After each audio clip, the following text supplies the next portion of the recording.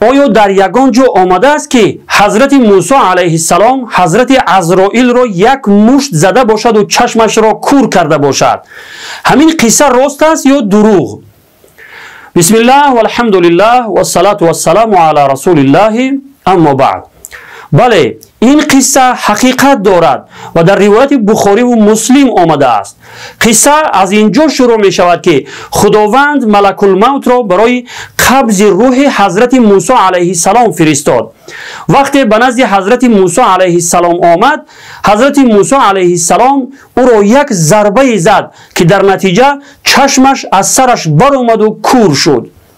حضرت موسی علیه السلام ملک الموت را که به صورت آدمی آمده بود نشناخت و گمان کرد که مردی بیگانه ای است که به خانه اش در آمده است. به همین خاطر او را یک ضربه زد. ملک الموت نزد خداوند برگشت و گفت: خدایا، مرا به نزد بنده فرستادی که مردن نمی خواهد. خداوند چشمش را صحت کرد و فرمود: به نزد موسی برو و به او بگو دستش را بر پشت گاو بگذارد. به اندازه هر تار مویی که زیر دستش قرار می گیرد 1 سال بر عمرش اضافه می شود. حضرت موسی علیه السلام گفت: بعد از آن چی خواهد شد؟ خداوند فرمود: بعد از آن بالاخره مرگ است.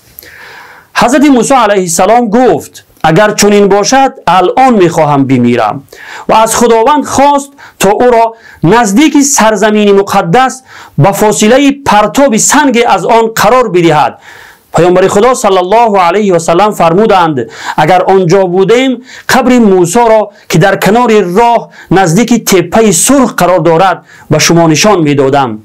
این بود قصه موسی علیه السلام که در روایت بخاری و مسلم آمده است. والله اعلم.